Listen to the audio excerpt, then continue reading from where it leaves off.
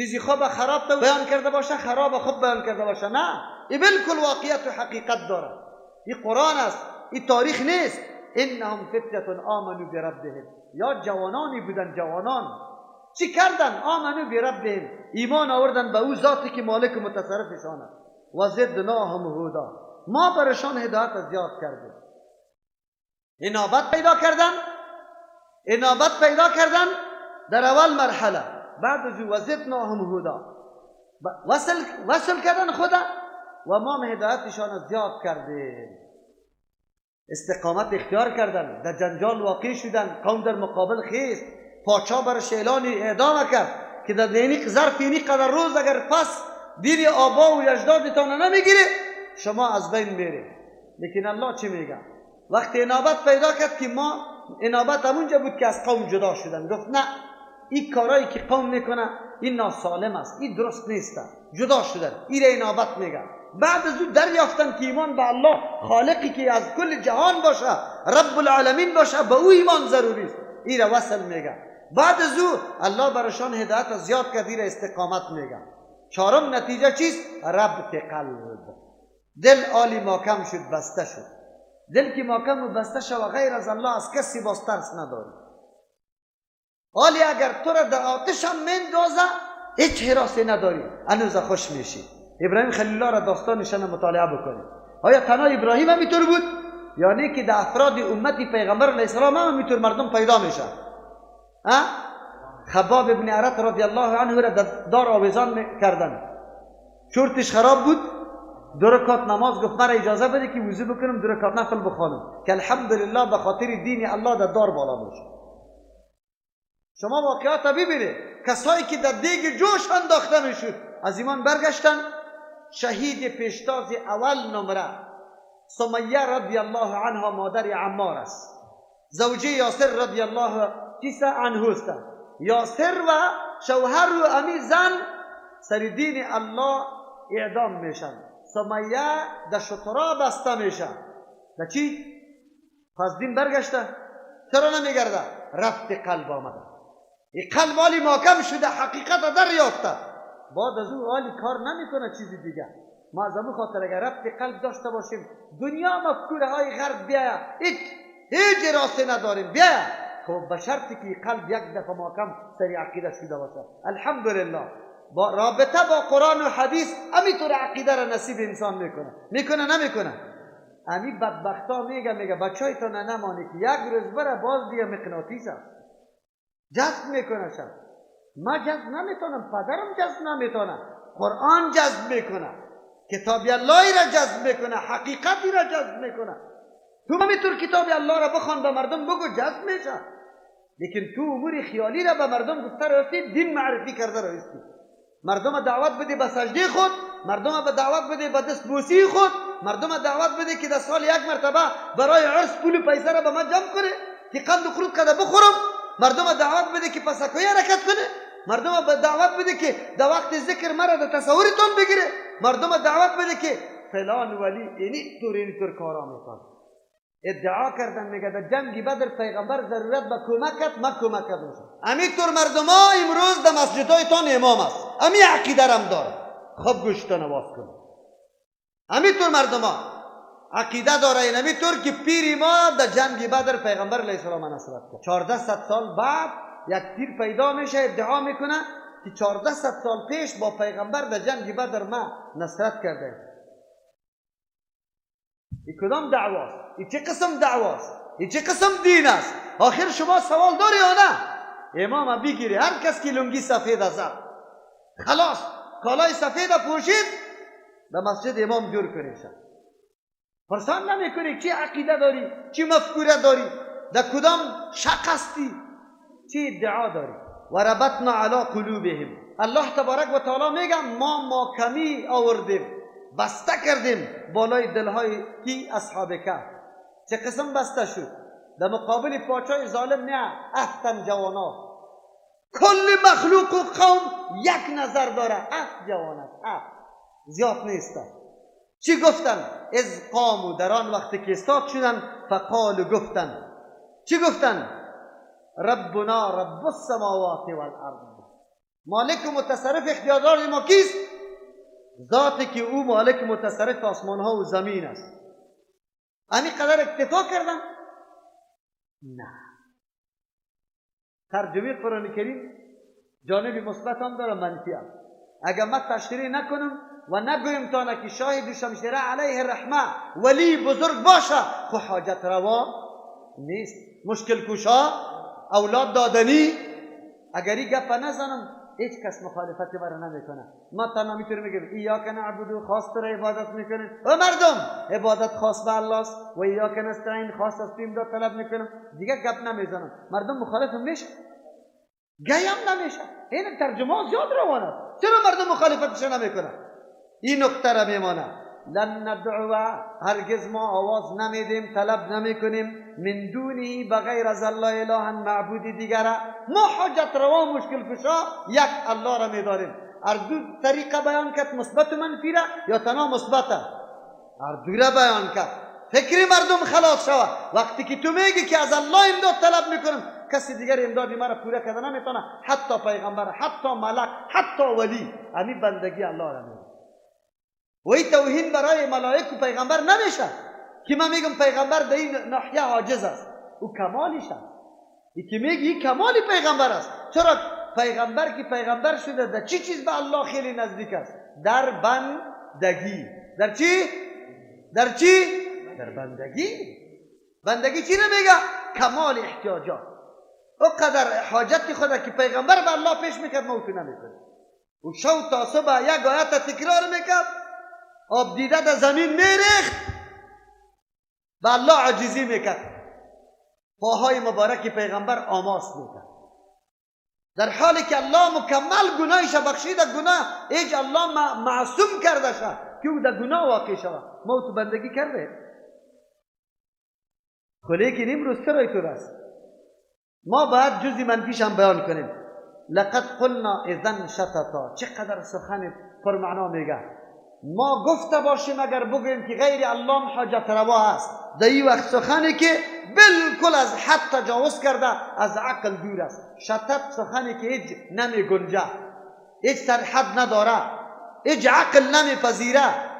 در سیاد میگیریم از اصحاب کف یا نه، موحدین بودن یا نبودن، در مقابل پاچا استاد شده اعلان کرده یا نه که پٹ کرده. سلفی امروز امام مولای صاحب، شما بسیار سخت میگی مولای صاحب. چطور سخت میگیم؟ نه یک کمی مردم نمیگم، یک کمی. به الله قسم اصحاب کف می درسه بر ما میده. چیزی که عقیدت است نرواره بیان کن. من سلفیستم. چی رقم سلفیستی؟ یک بدعت از مسجد دور نکردی. تو چطور محبت سنت داری؟ دعوا کن. نرواره استاد شد. بگو حقیقت به مردم واضح کن که مردم حقیقت درک بکنه. ما در کابل قدر علما داریم که پرسان نکن. هر کدامش قد ما میشینن ولی ما هم سلفیستیم. مولیسه چی رقم سلفیستی؟ کدام رقم؟ اظهار کن. حالی یک نفر بود در مقابل قوم، در مقابل دولت استاد شدن، هدف خود بیان کرده، واضح کرده. چی شکایت داره؟ خب گوشیتو نواز کنی، خب متوجه باشه. هاولای قومنا، این همی مردما، این قومی ما، کاکاست، ماماست، بگوی پدر است، بیادر است، بگوی دیگه بچه کاکا، بچه ماما، قوم است. همین جوانا میگه هاولای قومنا، این همی قومی ما، اتخذوا جور کردن من دونه بغیر از الله تبارک و تعالی آلهتا معبودارا. یک معبود هم نه. برای سردردی در فلان قبر میره، برای زردی در فلان قبر میره، برای دیوانه جور شدن در فلان قبر میره، تا ای که نعوذ بالله دور از مسجد قرآن کریم که مرکبشان هم شاشبند میشه، دوره در سر قبر میره. همین طور است یا نیست؟ همین طور است.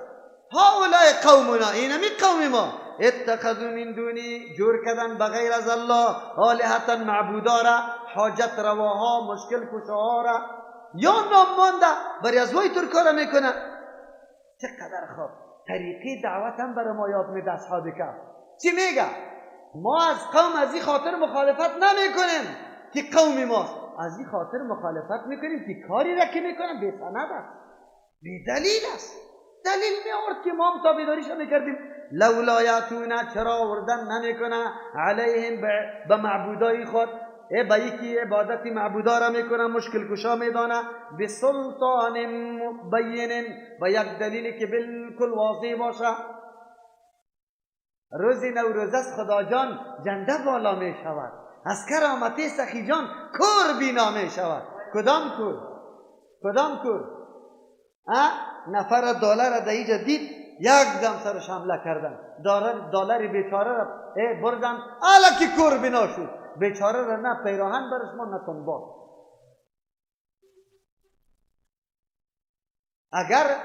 اگر واقعا در مزار خیج در علی رضی الله عنه قبرش نیست، غلط است، دروغ است، واهیات است.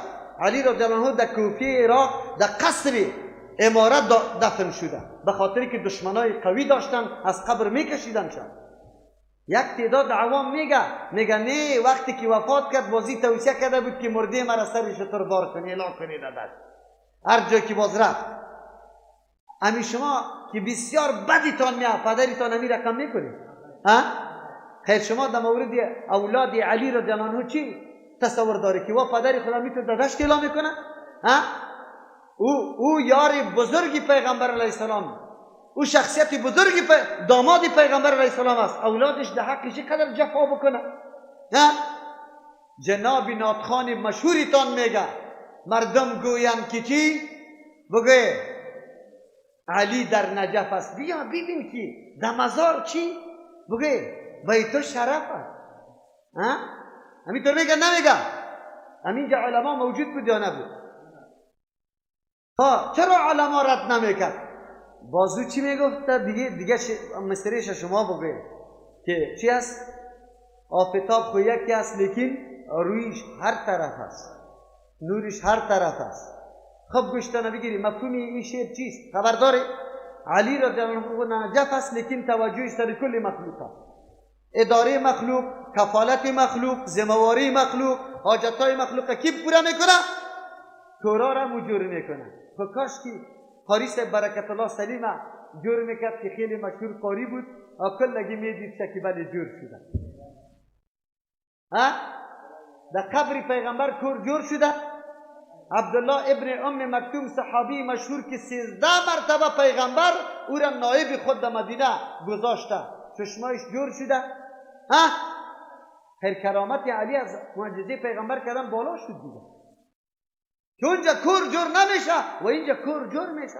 از کجا بود؟ اصحاب کهف همینطور میگه لولا یاتونا، چرا این قوم آوردن نمیکنه علیهم بالای معبود بودن همین معبودای خود ساخته خود، به سلطان بین، با یک دلیل واضح که بگویند که بله اینمی دلیل است. باز بعد از او چی میگه؟ الله اکبر.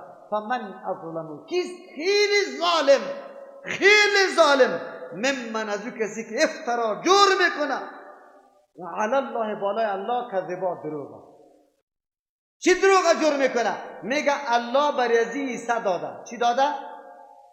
در پشتو میگه برخه ورکړی ده خدای تعالی. داسې مو بولیته الله ډیرو قبرونو ته برخه ورکړی ده. در فارسی چی میگه؟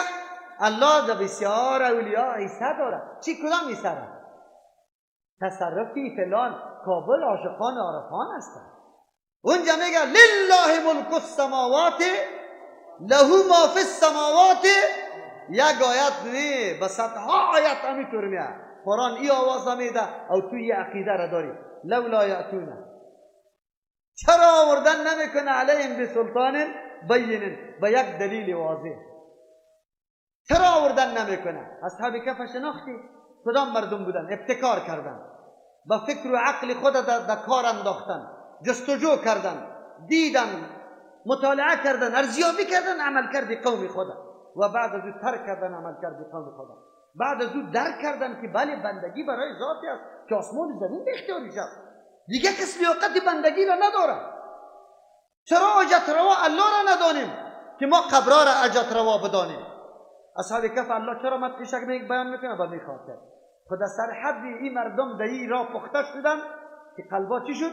ماکم شد. در پیش پاچای ظالم بدون حراس اقرار کردن که نه، رب ما رب سماوات و الارض. اعلان کرد برش که ماندنی تان نیستیم، یا نظرتان تبدیل کنی یا نه. 7 نفر در مقابل دولت زده میتونه. آخرین مرحله برای ما و شما ایسته که وقتی در این مرحله برسیم که توانایی مقابله را نداشتیم، آلی دین خود حفاظت کنیم، بریم یک طرف هجرت بکنیم. هجرت کردن یا نه؟ در غار رفتن یا نه؟ خود تسلیم به طاغوت نشدن. شما جوانا اینمی توصیه است.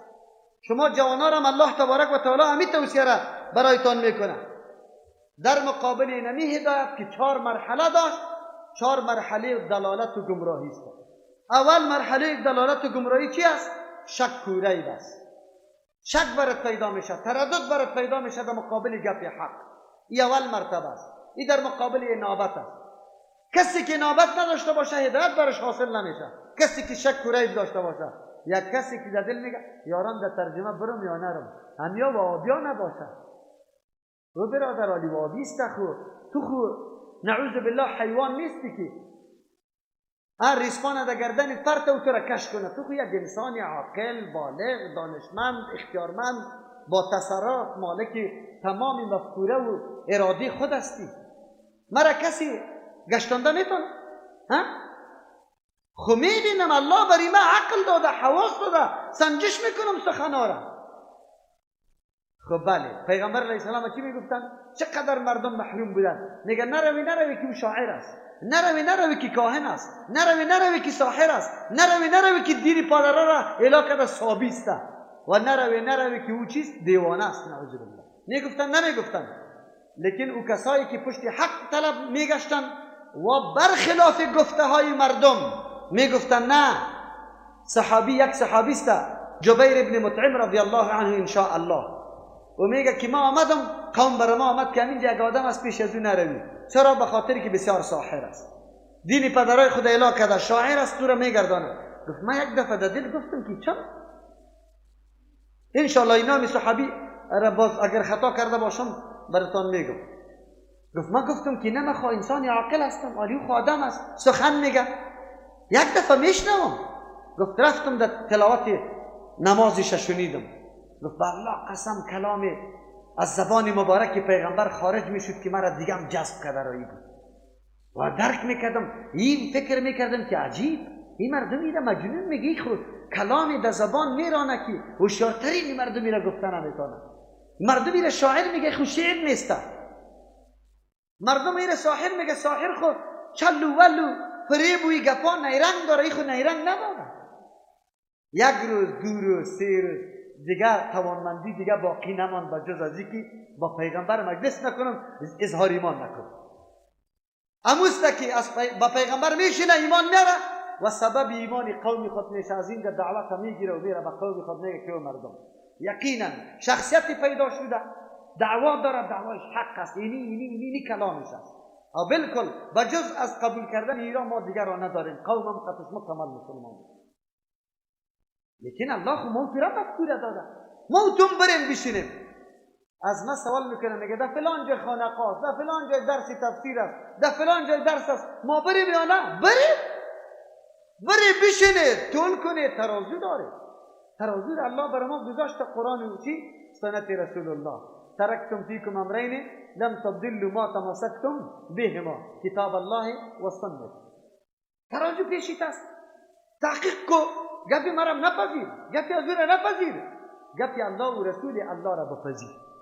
ما مطابق بساز که همی گپا مطابق هستن یا نیستن. امیر برو.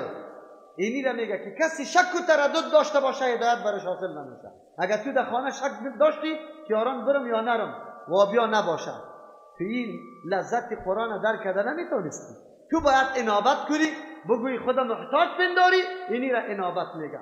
دوم مرتبه، اون مرتبه اعراض است. شک و تردد که به کسی پیدا میشه، باز بعد از این اعراض میکنه، گم کن نمیرم به ترجمه قرآن کریم، چی کار دارم؟ شیطان خبیث هم دیگه وسوسه کرد که اینقدر قرآن کریم در یک ماه کی میشه که یاد بگیره؟ نمیشه، گم کن. یک لحظه و یک دقیقه مجلس قرآن کریم چقدر پرنور و پربرکت است؟ بگوی چقدر است؟ اگر آدم هیچ فرصت پیدا نمیتونه، 1 ساعت پیدا میتونه، اما 1 ساعت در مجلس قرآن را تیر بکنه. در 1 ساعت الله بر انسان بسیار امور میفهمانه، در قلب انسان مندازه. دوم مرتبه است. سوم مرتبه مرتبه جدال است، منازعه کردن، کسی که در راه باطل روان شوه اعراض از حق بکنه باز همون مفکوره خود قطعی تو منازعه و بخش چی داره؟ جدال داره. امروز همون طور مردم ها هست، ما را به درس قرآن نمیمانه، میگه بیا مناظره میکنیم. ریسافیدا همی خاطر آمده بود که شما مناظره بکنید. باز ما گفتیم که ما خود در رمضان مناظره نمیکنیم، ما درس‌ها داریم. بعد از رمضان باز بنا بر شرایط شما معتبرخانه که آمدید ضمانت کنید. دیگه شرطایش هم میگذارم، یک شرط قطعش ماندم، دیگه شرطا هم قطعش مانده که هر کس مغلوب شد، نه که مغلوب شدن مریدش میشم، بس خدمتگار خانقاه میشم. خب اگر مغلوب شدن شما بیایید مسلک ما را بپذیرید، وام بیا، بس دیگه نمی شرط ما مناظره میکنیم. خب ضمانت شود، قبلا ضمانت شود، اینطور نشود که باز هم مغلوب شود و هم فرار کنه، اینطور نشود، حق به مردم واضح شود. اینه بینه بی شرط مناظره میکنه، جدال قطع میکنه، منازعه میکنه در امر حق. این سوم مرتبه است. چهارم مرتبه او را ختم قلب میگه، اونجا در مقابلش ربط القلب بود. در این امر باطل در سرحد میرسی که کدام استعدادی پذیرش الله بر داده بود همون استعداد مکمل ختم میشه، لا کبور میشه دیگه.